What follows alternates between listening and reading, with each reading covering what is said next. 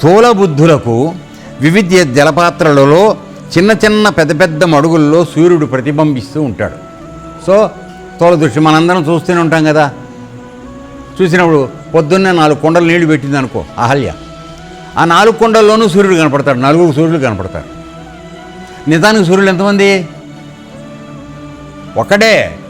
కానీ నువ్వు పెట్టినటువంటి 4 కుండల్లో నీళ్లలో ప్రతిబింబిస్తున్నాడు 4 సూర్యుడుగా. సో అందుకని వాడు స్థూల బుద్ధులకు, అంటే స్థూలంగా కుండల్లో చూడటమే నువ్వు అలవాటు చేసుకున్నప్పుడు నలుగురుగా కనపడుతున్నాడు.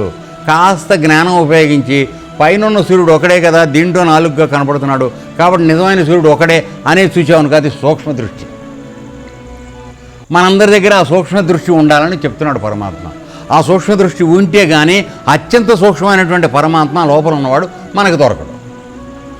ఇది చేయండి రా అంటే శరీరాలు, వాళ్ళు చేసిన పనులు, వాళ్ళతో ఉన్నటువంటివి ఇవి చూడటం సరిపోతుంది మనకి. అందువల్ల ఎప్పుడూ భేదంతో ఉంటున్నాం, భేదభావంతో ఉంటున్నాం మనం. ఇది న్యాయానికి కరెక్ట్ కాదు.